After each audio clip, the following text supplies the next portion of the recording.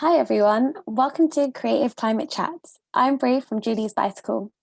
For those of you who are tuning in for the first time, Julie's Bicycle is a charity working across the creative sector to reduce greenhouse gas emissions and catalyse climate and environmental action. Over the past 13 years, we've worked with thousands of creative organisations, over other NGOs, policymakers, activists and artists, providing tools, expertise, training and guidance to build what we like to call a green creative ecology, empowering and inspiring the creative community to take action on climate change. There's a bit of housekeeping to go through before we start. So today the conversation will be recorded, so your mics and videos have been turned off. Please use the Q&A function for any questions you have throughout. If you have any technical difficulties, our colleague Chiara is on hand to help resolve them. Please use the chat function to flag any issues and select all panelists. Otherwise, messages will be defaulted to all attendees. Also, if you are online, please join this conversation on your socials, your preferred social channels, using the hashtag Creative Climate Chat that you'll see on the screen, along with the handles at Julie's Bicycle and at Deep Green Philly. Finally, we are live streaming today's session, so we'll share the link in the chat with you now. Feel free to share with others, to join the conversation, and on socials everywhere else. Before we begin the chat, let's kick off with a poll. During COVID-19, I've not had the capacity to focus on climate or environmental issues, focused on climate and environmental issues, but not made the link with COVID-19, or being able to link the issues of COVID-19 with climate and environmental issues. I'll give you guys a second to respond.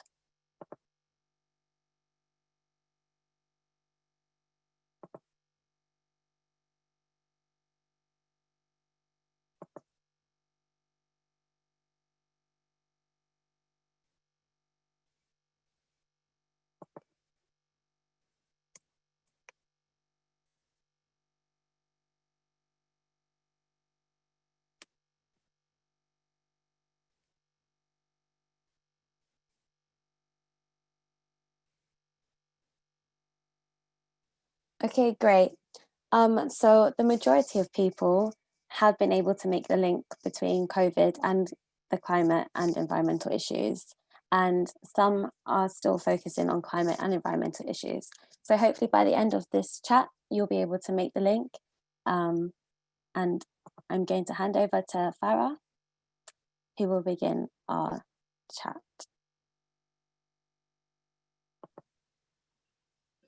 Thank you, Bree, and welcome to everyone joining us today. So for those of you who might not have joined us before, Creative Climate Chats is our new online series.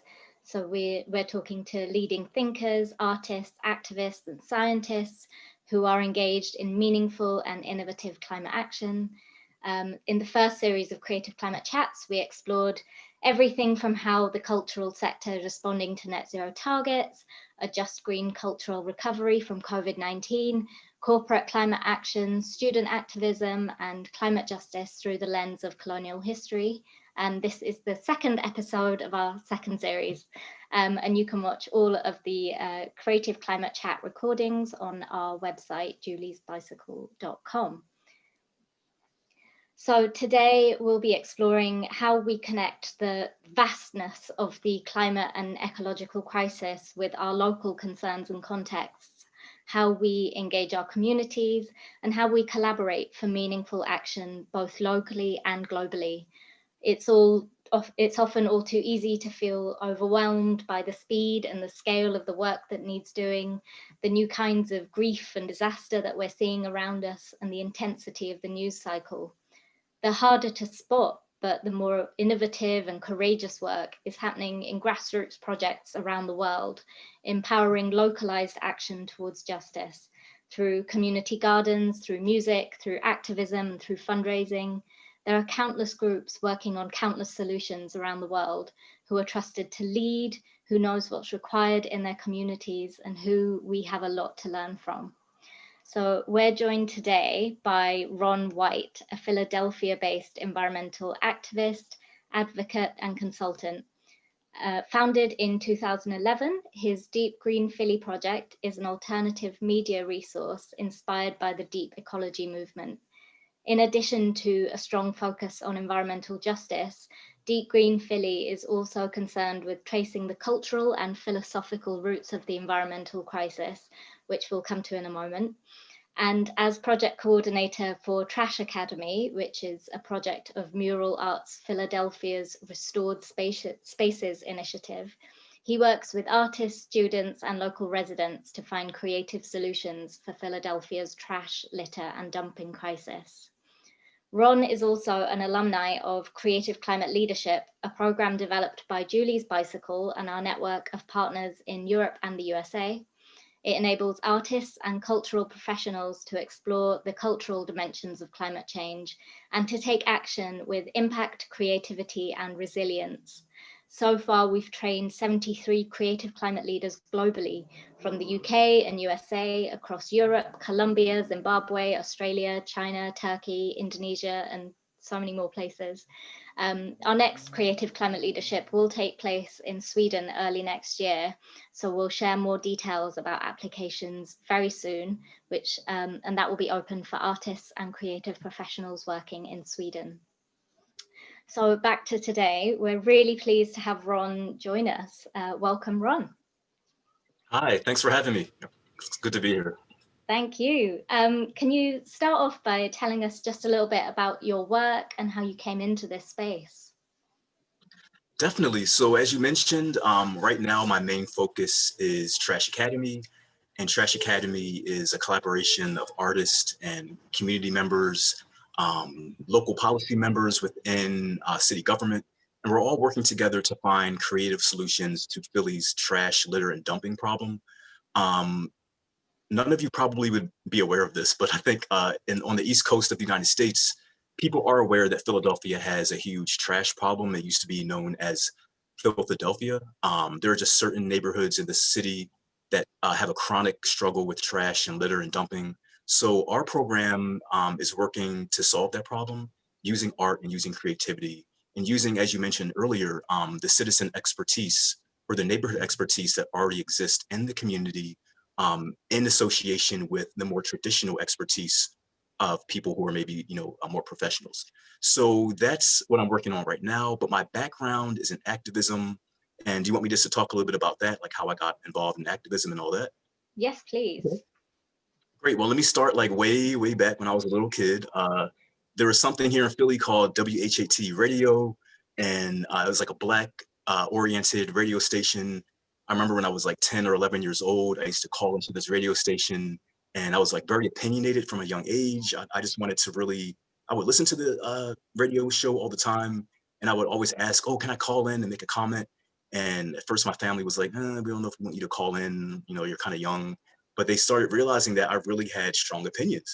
So I would call in, I was invited to come and like meet the people, the general manager, and like gave some interviews at the radio station. And that was like my first foray into actually realizing that every voice does matter. It doesn't matter how old or young you are, or what your background is. If you care about something, speak out about it. So that was like my first entrance into that. When I got older, I started getting into activism through the Iraq War, through LGBTQ activism, also through Occupy Philadelphia, which is on my mind right now because at Occupy, there is a huge movement to take care of people who are homeless or houseless. And right now, there's a huge homeless encampment in Philadelphia that's being evicted by the city because President Trump is coming to the city and they want to, clear the area, which is a tourist area, and make it look nice and pretty for everyone. So that's really on my mind right now. I also began getting involved in local radical organizing spaces around 2010. So these are local spaces where you will find more like socialists, communists, anarchists, people like that. We would host events, we would host movie nights, political education, that sort of thing. And I would say that Deep Green Philly, my own personal project, it grew out of a desire to focus more exclusively on the environmental crisis and on environmental issues. I noticed that even within radical leftist liberal organizing spaces, and this was back in 2010, 2011, there was a huge gap missing. People would talk about unions, they would talk about all other sorts of things, but when it came to the environment and environmental justice, you just didn't really hear that much about it. So I wanted to really make that my main focus. And also at the time, Fukushima was happening, the Gulf oil spill. So I began attending conferences, interviewing educators and artists, activists and climate scientists. And I really just began developing my own analysis of the environmental crisis, basically. Um, in 2016, that's when I began working with the Trash Academy, through Mural Arts Philadelphia. And Mural Arts Philadelphia is the largest public arts institution in the United States. We're really known for these big, flashy mural projects, but that's not really what my program is all about. We're more about the grassroots, what we call social practice art. So we're doing art that's based on relationships and working with people. So what we do is we examine how trash is an environmental justice issue. And I'm also very interested in finding ways to communicate the fact that CO2 from the industrial burning of fossil fuels is a form of trash in our atmosphere. It's building up, it's waste that's accumulating in our atmosphere. It's having very negative impacts on our world.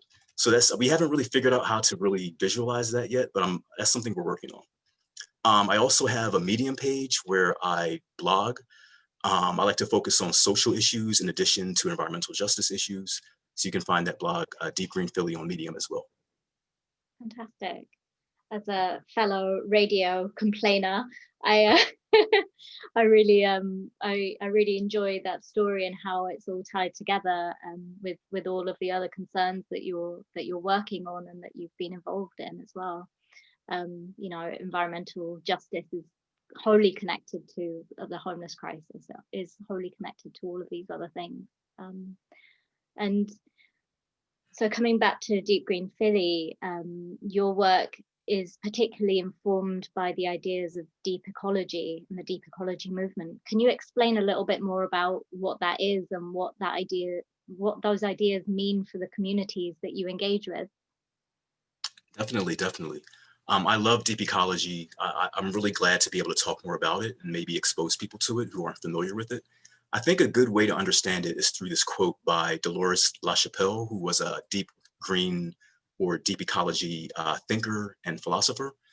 So she says, deep ecology is about, quote, to uphold the rights of every form of life, both human and non-human, and to promote diversity, symbiosis, local economy, and decentralization.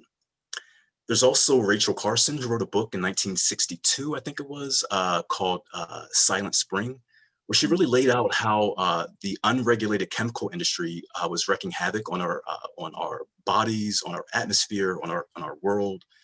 And honestly, you know, she wrote this book in 1962, but the chemical industry is still very much unregulated. So it's really interesting how these, you know, deeper analysis of environmental issues have been out there for decades and decades, but people really just aren't taking them seriously.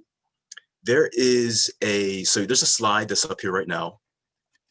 I want to talk about this for a second because deep ecology is nothing new to the world. I think it's new maybe to our society, or is relatively new to our society, but it's actually an ancient way of viewing the world, right? So Native Americans had their own philosophy. We may not recognize their philosophy because they didn't maybe write them down in books and didn't publish them in journals, but they had, you know, their own way of interacting with the world, which maybe explains why they were such good stewards. And I really love focusing on Native American culture, even though we don't want to generalize, not everyone was the same, but in general, they all had these things in common. So let's take a brief look at this. The Native worldview versus the Western worldview. And the Native worldview is more aligned with the deep ecology worldview. So basically, deep ecology is borrowing from or taking from the Native American worldview that already existed.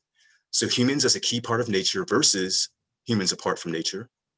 Nature is abundant, changing and giving versus nature is static and constrained. Every person has a role to play versus hierarchy determines role. And we can all understand how hierarchy is really wreaking havoc in our world and, you know, in our lives. Space as spherical versus space as linear. And then time is cyclical versus time is sequential. So understanding how Native Americans view time and viewed space is very important to understanding the way that they stewarded the land. And the way that we steward the land is based on short-term gain and this idea that we're going from point A to point B to point C, and there's this linear aspect to things, when in reality, time in life is actually more cyclical than that. Can we get to the next slide? So this is also very interesting. I got this from a Native American person who did a webinar. I'm gonna have to give a link to the webinar to the organizers of this so other people can see it. It's really very interesting. The context of knowledge systems is also important. So traditional knowledge is more abstract, it's qualitative, it's intuitive, it's holistic. It's all about coexistence, people being a part of nature, there's reciprocity. There's communal knowledge based on insights collected by practitioners that's transferred from generation to generation. And that's very important because they are using their lived experience to generate their solutions and how they interact with the environment. On the other hand, you have scientific ecological knowledge, which is more like the Western way of doing things. Things are viewed as concrete, exclusive, intellectual, reductionist, clinical. Everything has to be dissected and like taken apart.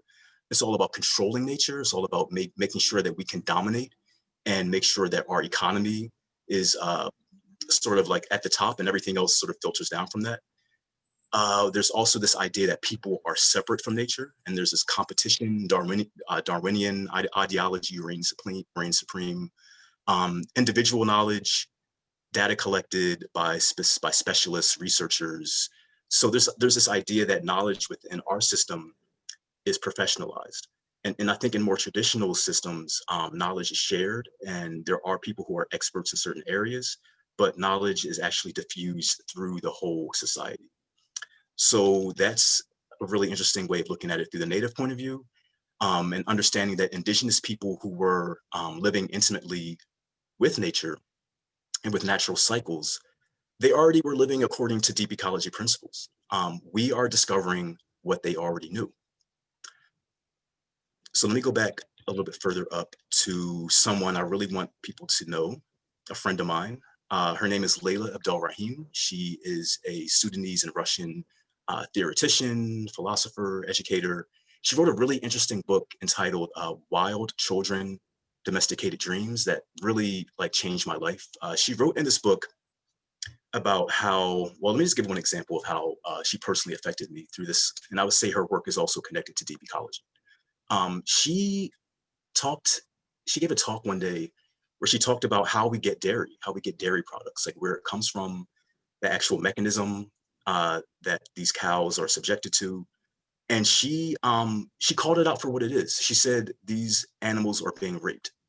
And I had never viewed it that way. I mean, I was someone who was conscious of the food justice movement, and that there were some practices within industrial agriculture, that industrial food production, that were bad, but I never would have referred to it as rape until she explained that yes, these cows are being forcibly inseminated. This is rape, and then their babies are taken away at a very young age. They live a tortured existence. And she says that we are able to do this because we see ourselves on a food chain where other animals are below us and we are at the top. And so we can just feel like we can do whatever we want. She has a really interesting quote in her book I'm going to read that talks about how our whole society is kind of complicit in all of this. She says, quote, "The term civilization refers to the social and material cultures that issue from a specific socio-environmental system, which in human animals is legitimated by a perspective that sees the world as existing for a utilitarian purpose. In this view, all living and non-living beings are bound together in a predatory food chain, their reason for existence being to serve as a resource for someone else. This food chain is hierarchical rather than circular, with a human animal emerging as the top predator." And this idea of a human being being a predator is reinforced in so many ways in our society, even from culture, through science, through literature. This idea that we are the supreme being on the planet, we can do whatever we want. We have these fantastic brains, we have all this amazing technology, and these other animals, these other ecosystems, these other beings, they're just either like a backdrop for our life. They're like the scenery behind us, or they're there for us to use as a resource. And this, I think, is actually part of the the underpinnings of all of this dysfunction that we see in our society, because that is so unnatural. Like, one being on this planet is not supposed to elevate itself above everyone else, right? And I say everyone else on purpose because we're not the only persons on this planet. There are other persons on this planet. They may not have the same personhood that we have, but they are still people as well, right? So the term deep ecology originated with a Norwegian philosopher named Arne Næss. And as I said, these people were not coming up with something totally new, but I think it may have been new within the context of our society, right? And what they were saying is that environmental problems cannot be solved without a transformation of human culture and of human consciousness as well. So basically that means naming and challenging human supremacy. A good way of getting into this is by watching a video called How Wolves Change Rivers and understanding how we're all interconnected.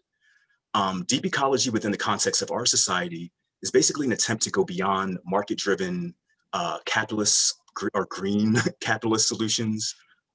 Deep ecology is also a holistic framework for solving environmental problems. It also encourages conservation and helping us to understand our place in the world. I also am really into a concept called rewilding, which I'm sure some of you have heard of. There's a good writer for The Guardian who talks a lot about our rewilding. And I would say that that has definitely come out of deep ecology as well. Really quickly, let me just say one more thing. There's well, two more things. There's a little bit of a controversy around deep ecology because some people who are associated with the movement have focused, I think, a little bit too much on population. And, that's something that I don't personally talk a lot about. I don't think that we need to, I think the population issue would solve itself if we solved all of these other problems, and that we can't try to dictate the parameters of people's lives in that way. And it often turns into this kind of like racist thing where, people in Africa and India are the ones who are meant not to breed. So it's like a really thorny topic. There's also a situation that happened right when I was beginning my website in 2011. There was this group called Deep Green Resistance. And Deep Green Resistance was introduced to me as a, like a radical group that they really want to take this really hardcore direct action approach to the environmental crisis. So I knew them originally as a, just like this radical green group. But over time, it became clear that they had some really troubling trans exclusionary policies, like biological essentialism. And I know right now there's this huge thing in the UK around J.K. Rowling and this whole thing. So if you understand what's happening with J.K. Rowling, you'll understand what's happening with, or what did happen with this group called Deep Green Resistance that tried to use this deep ecology movement as a vehicle for this really messed up philosophy and messed up like bigotry, basically, saying that trans people aren't natural and all this other sort of stuff, which is totally ridiculous if you look at the history of the world.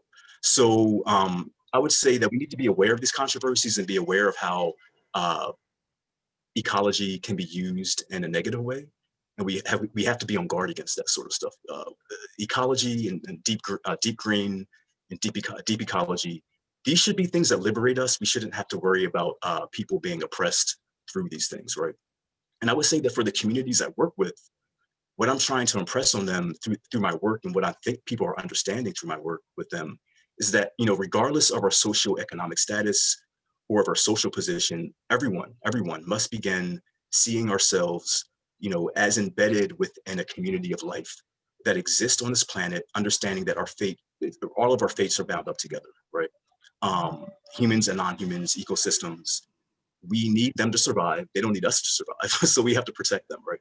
And that's something that I try to bring through to the young people I work with and also community members as well. Wow, that was a lot to think about, and the thing that really stood out to me, I guess, is this idea that our fates are entwined, but so are these bigotries that we're fighting against. And there are many examples of other ways of being and living and other ideas of gender, not just in humans, but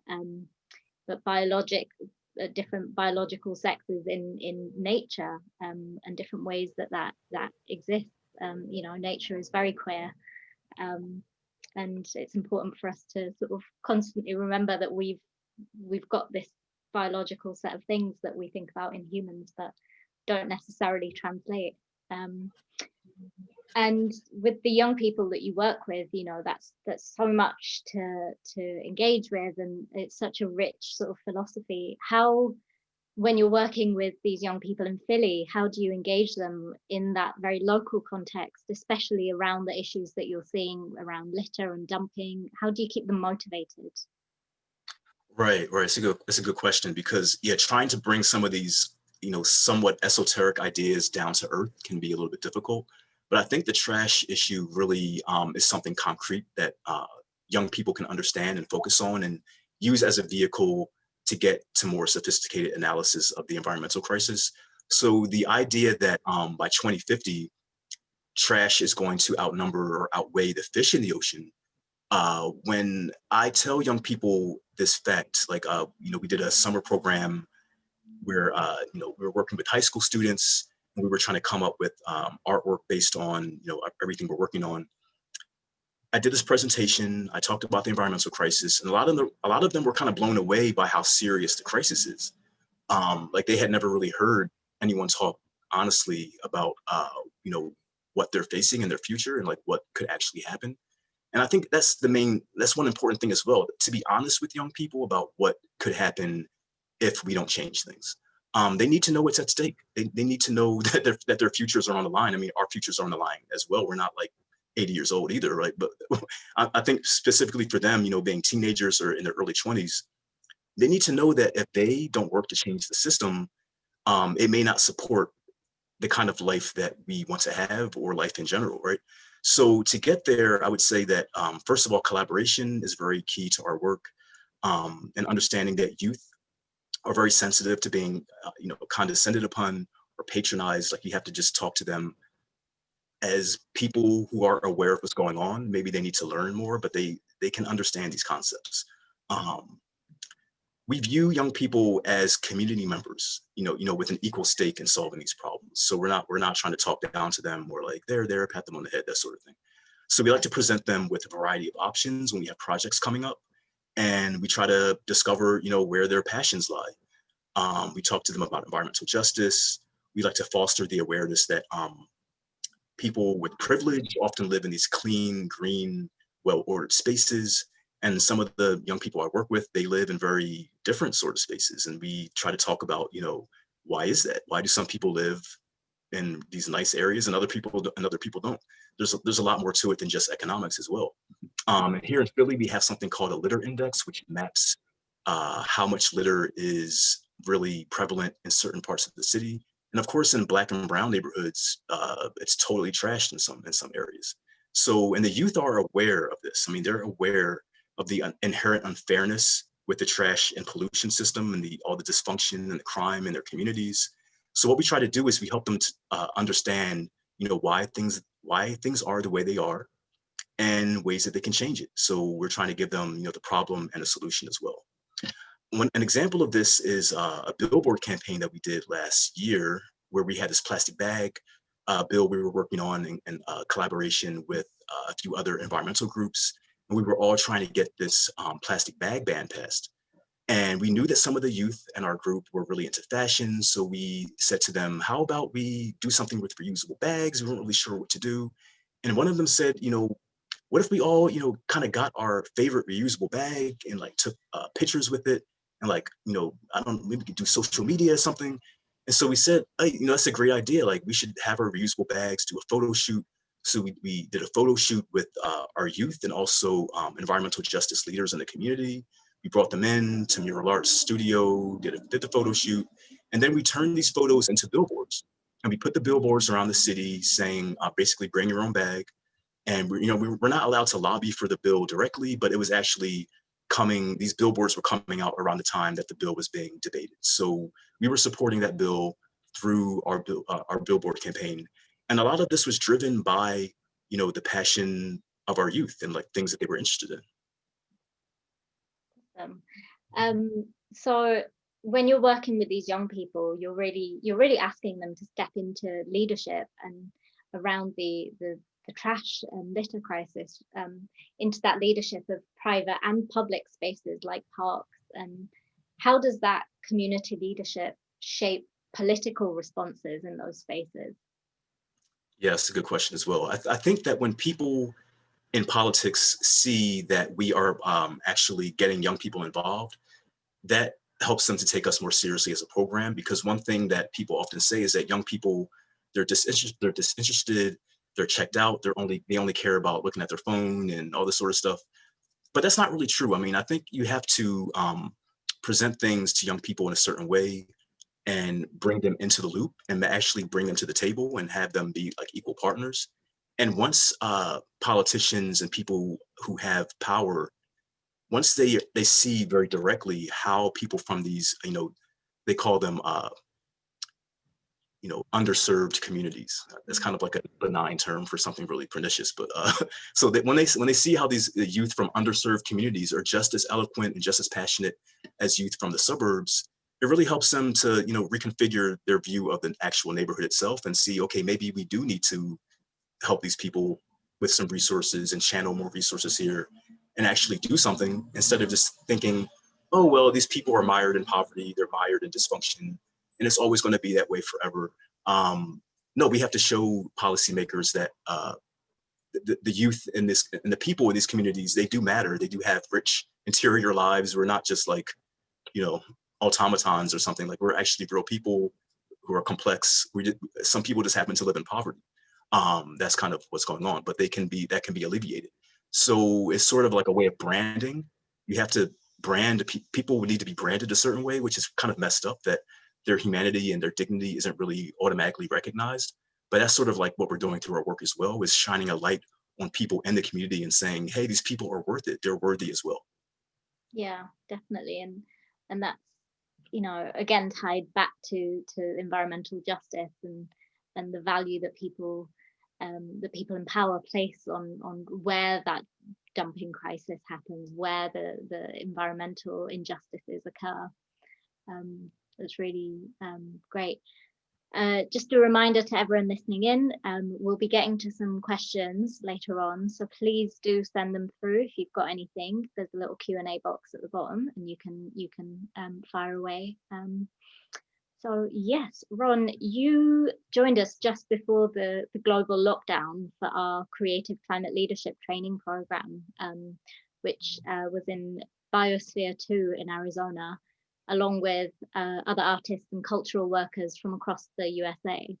How did being part of the Creative Climate Leadership Program impact how you've engaged with environmental work, particularly as you've come into lockdown straight from there? Right. So I think definitely, being in community with other creative people, other like-minded people, as the pandemic was reaching a crisis moment, that was definitely like a kind of catharsis and a kind of way of like grounding myself and understanding that even though I might not see these people regularly, like there are other people out there working on the same issues. So Biosphere 2 was actually a great location for this as well, because it was sort of like this, insulated area. And the biosphere itself was something I remember seeing as a kid in like scholastic journals.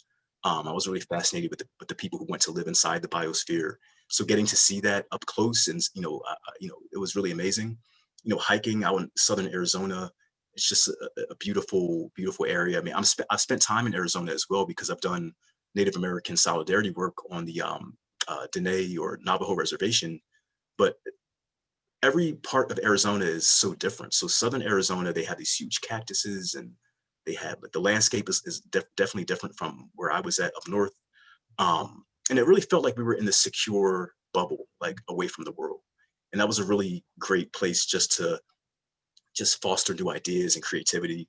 And it really inspired me to work harder to draw these connections between, environmental stewardship and human health and well-being, and seeing that this, as we've been learning, the COVID-19 crisis is a direct impact or a direct result of our mismanagement of nature, and all of these things have been happening over the past decades, right? And we have actually started working on a COVID and climate project, like talking about the intersection between COVID-19 and climate change, and trying to really tease those out and really, artistically visualize them. But I want to talk about one project we did right out the gate back in late March, April when we started this. And can we show these slides? Thank you. So back when the pandemic first started, we were, talking with our group and, trying to really like racking our brains, because most of what we do is based on work out in the world, like going out to events. And now that everything was shutting down, we had to really reconfigure everything. And because a lot of what we do is education, and we have created educational tools before, we were like, maybe we can create an educational tool that talks about, environmental issues as they sort of relate to the COVID-19 crisis. And this is a really interesting thing that came out of our collaborative process. So we went to our group and we asked them, which of these items do you think is the most important item related to the COVID-19 crisis? And we had like the face mask, we had hand sanitizer, toilet paper, rubber gloves, and like a few other things. And people voted on the toilet paper as something that they wanted to focus on, for one group, because they saw all of the panic buying, they saw all of the people hoarding the toilet paper. So we started talking about toilet paper, and really, the more you dig into it, it's really fascinating, really, really, really fascinating how the virgin forest, the boreal forest in the north is being cut down to give us this luxury, ultra soft toilet paper, how it's connected to racial capitalism, the Native American tribes, First Nation tribes up in Canada who are losing their land to these logging companies. The fact that, there are all of these different systems and economic systems and all these different things that go into making this. And I think this really is an interesting tool, because we have done this before with this implosion activity.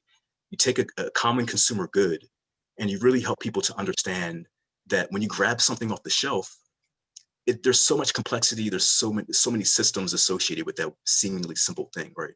So we have this implosion, and we also have another one that we can show you. The second slide. The plastic bag one, and this one was inspired by our plastic bag campaign and our successful plastic bag campaign. I forgot to mention that the plastic bag ban was passed. It was delayed for a year because of the COVID-19 crisis, and we noticed that because of the COVID-19 crisis, some of these cities and townships were starting to relax their plastic bag bans and saying that, it's okay to use more plastic now because it's somehow more sanitary, even though that's not really true. We wanted to really explore what goes into making a plastic bag, and is it really just as innocuous as it seems? So through this graphic and through this educational tool, I hope we're explaining to people that no, it's not an innocuous thing at all. There's fossil fuels, there's environmental racism, there's all of these different things that go into making plastic bags that you would never ever think of. But when you see this and when you learn about this, it really helps you to understand that we are in a relationship with corporate America, or with corporate culture in general. Our consumer choices actually do matter. I don't think that maybe they need to be the main focus. We do need to hold corporations accountable, but we also have to understand that we can't just pretend that shopping and buying things doesn't have an effect on the world as well. Like where we put our dollars does have an effect, and it does matter. So going back to what happened at CCL, what I would say is that I think that times of crisis are when artists and creative people are needed the most. And I think that CCL really, the whole experience really underscored that for me personally. Great. And what I love about this is, as you said before, young people are quite often dismissed, but you see how deeply those connections are felt and being made by young people, from this huge climate thing to something that is really everyday and quite benign in their lives, and something we can all learn from. That's such a great project. Thank you. And the last question I'll ask before I get to some audience questions is, I guess, what does meaningful climate action look like to you? Yes, I'm glad you asked that one, because I was hoping you would ask that one. So for me, it means studying and learning from societies that have lived in harmony with nature before. I feel like sometimes we feel like we need to reinvent the wheel and come up with all of these systems and projects and things to figure out how to live sustainably. But humans have been on this planet for how long? At least 200,000 years, maybe longer than that. And these people weren't totally stupid either. Like, people had sophisticated societies, even if they weren't as technologically advanced as ours. I think that there's things that we can learn from them, and we need to learn from them if we want to survive. So there's that. There's elevating indigenous knowledge, elevating indigenous worldviews and philosophies, and getting rid of this white supremacist idea that the only philosophers that matter are the ones that came out of Europe. Rewilding is something that we really have to create space for nature to heal. We have to create space for nature to heal. Like it's just that simple. We need to create space for biodiversity to flourish again, because we need it ourselves. Like, if that all goes away, we're going to go away. I used to be against this idea of sequestering carbon. I used to be like, oh, it's like a techno solution, but I've come around. I've come around to that. We need to sequester carbon. We need to start doing everything we can to take the CO2 waste out of our atmosphere, because it's going to become a really, really much more of a serious situation. I'm sure some of you see what's happening in California and Oregon. These states are literally burning to the ground. And it's not going to get better unless we start doing something dramatically different. Like, I don't know what people think is going to happen. It's just going to suddenly stop. Like, no. So we also have to acknowledge, who and what is driving the environmental crisis. I think corporate culture has us thinking that it's all our faults as individuals. It's just like every single person is complicit in this, but that's not really true. And this really came out to me through an article I saw that was really interesting, that says, the upper class has trouble reading other people's emotional states, study says. I want to read a few quotes from this article. All right. Lower class individuals, owing to their greater levels of cultural interdependence, may appraise other human beings as more relevant to their goals and well-being than do higher class individuals. So here a few studies have been done on this. Like, the more money you have, it's not true for everyone. I mean, I know some very, very, empathic and very, connected people who have resources, but in general, the more resources and money you have, the more disconnected you become from other people's experiences. You're living in your own bubble, first of all. Another study, I'm going to read from this article again, quote, another study, this one published in June in the journal Nature Communications, argued that the consumption patterns of the affluent are so egregiously unsustainable from an ecological standpoint that only a concerted effort by the wealthy to consume less can prevent catastrophes like global warming, pollution, and biodiversity loss. The world's top 10% of income earners are responsible for between 25 and 43% of environmental impact, while the world's bottom 10% earners exert only 3 to 5% of environmental impact. And I hope people really internalize what that means. It means that the environmental crisis is being driven by privileged people, is being driven by people who feel that they, as we were talking about with the deep ecology thing, they just feel entitled to everything. They feel that they can just do whatever they want. And it's time for the rest of us to say, no, you're not going to destroy our future just to fly around in your fancy jets and have your cruise ships and this and that. We really need to get a handle on the fact that our environment is not being destroyed by humanity. Like, I see these articles, they say humanity is destroying the planet, or, I'm sure you've seen these articles where they kind of use the passive voice to say, everyone is complicit in this, we're all killing the planet. But that's just not true at all. Like, there are certain people who are more responsible for this than others. And we have to start naming that and figuring out how to address that. So that's kind of one thing I think we really need to do if we're actually going to start solving this crisis. And that ties back to what you were talking about before in Deep Ecology, the sort of overpopulation discussion, which quite often steers away from the discussion about consumerism and inequality in consumerism, and who gets the poor African woman, the poor African woman in Sudan who has 10 kids. She's not contributing to global warming just because she has 10 kids. They're living in a hut or something. So, but the person living in Malibu with one kid, and they have a mountain of plastic toys for their kid. I mean, who, and they have like 3 SUVs in the garage. I mean, come on.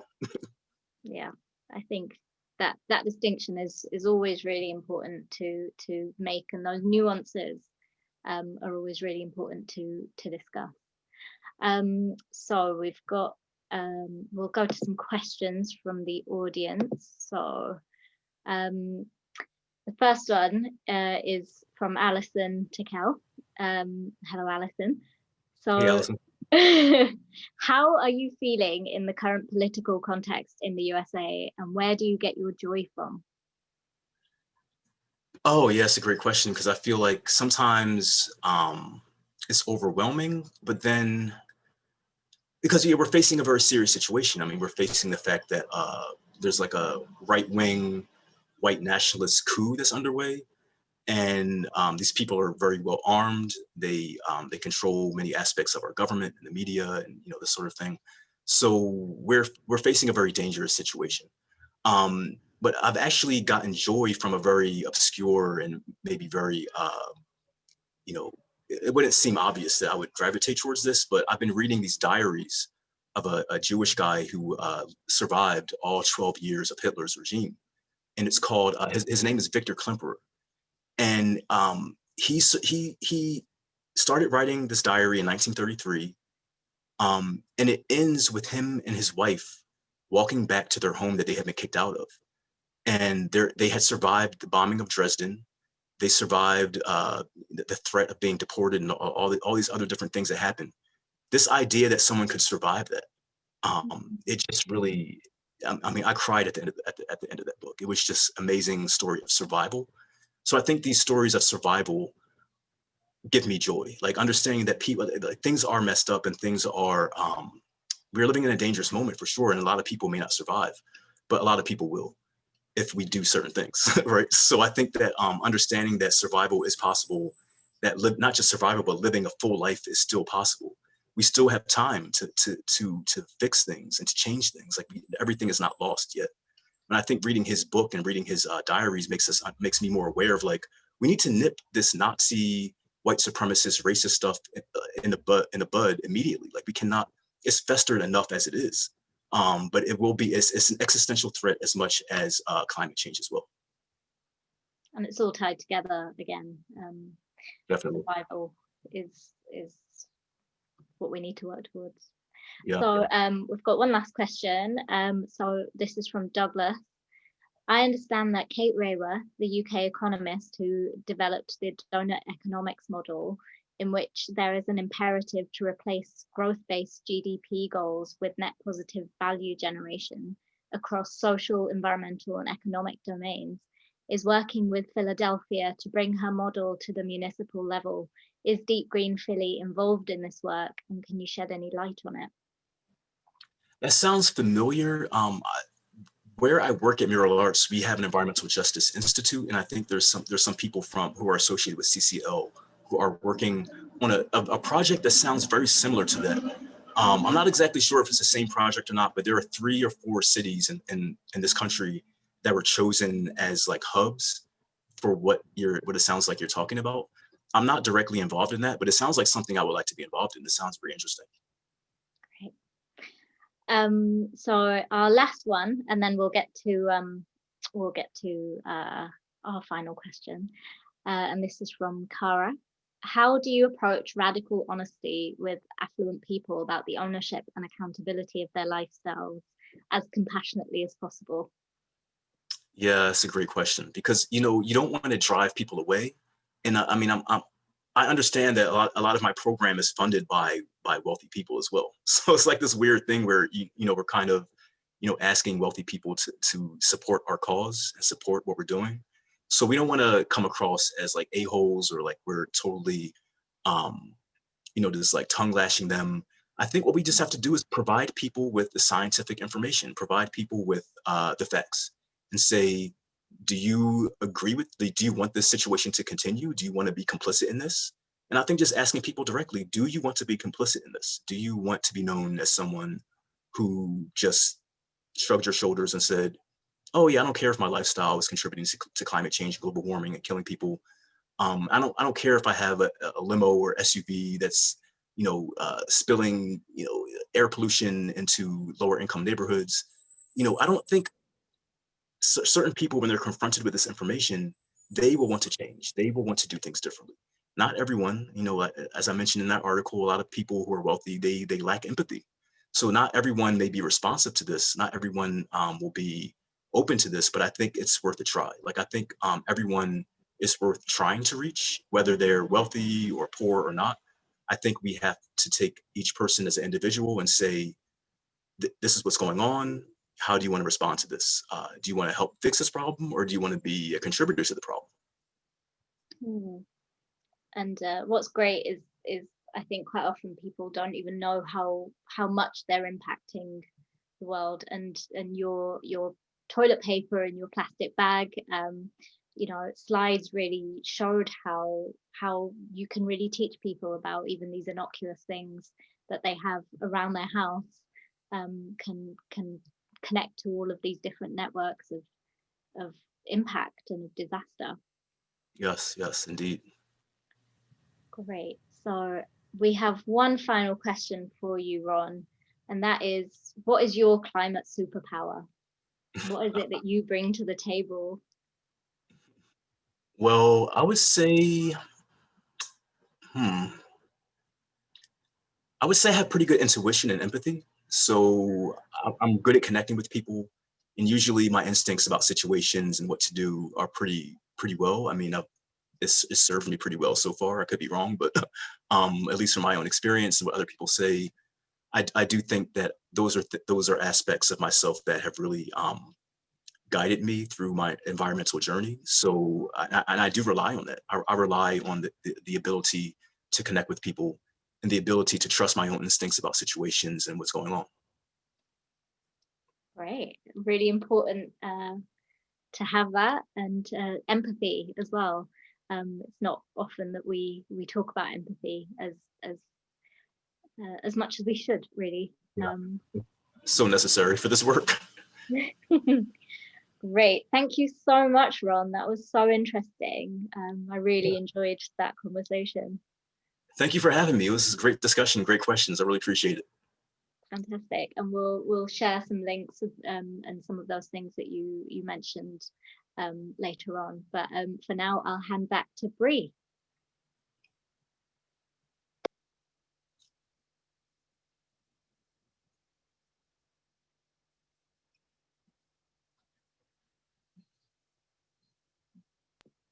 Just a second, Bree, you are muted. Sorry, everyone. You probably heard that a lot over this whole COVID period. But thank you, Farah, for handing over and sharing a very interesting climate chat today, and to Ron for letting us all understand and critique deep ecology and what we need to do to take the steps to build a stronger and more resilient society. So just a couple of things before we go. Please feel free to continue the conversation online using the hashtag Creative Climate Chat, and tag us at Julie's Bicycle and Deep Green Philly, and share all insights on there. Sign up to our bulletin as well if you'd like to stay in touch with us and for future news and events. Kiara has shared the link in the chat box. We also have 2 creative climate chats scheduled, so you're free to book onto that now. On the October the 7th, we'll be talking to 3 alumni of our Creative Climate Leadership Programme, joining from UK, the USA and Turkey. On November the 4th, we'll be joined by Nick Merriman, CEO of the Horniman Museum and Gardens. You can register for those chats on our website, so www.juliesbicycle.com. As Farah mentioned earlier, we do have another CCL taking place in Sweden early next year. So more details about applications will be shared very soon, which are open to artists and creative professionals in Sweden. So look out for that. And finally, on the Creative Green side of things, we have opened nominations for the Creative Green Awards 2020. This year, we have 2 awards which you can nominate yourself or your organisation for: Best Creative Programming and Best Campaign. Head to our website to find out some more about that as well. So again, thank you everyone for joining us this afternoon. We hope you enjoyed, and please continue the conversation where you can.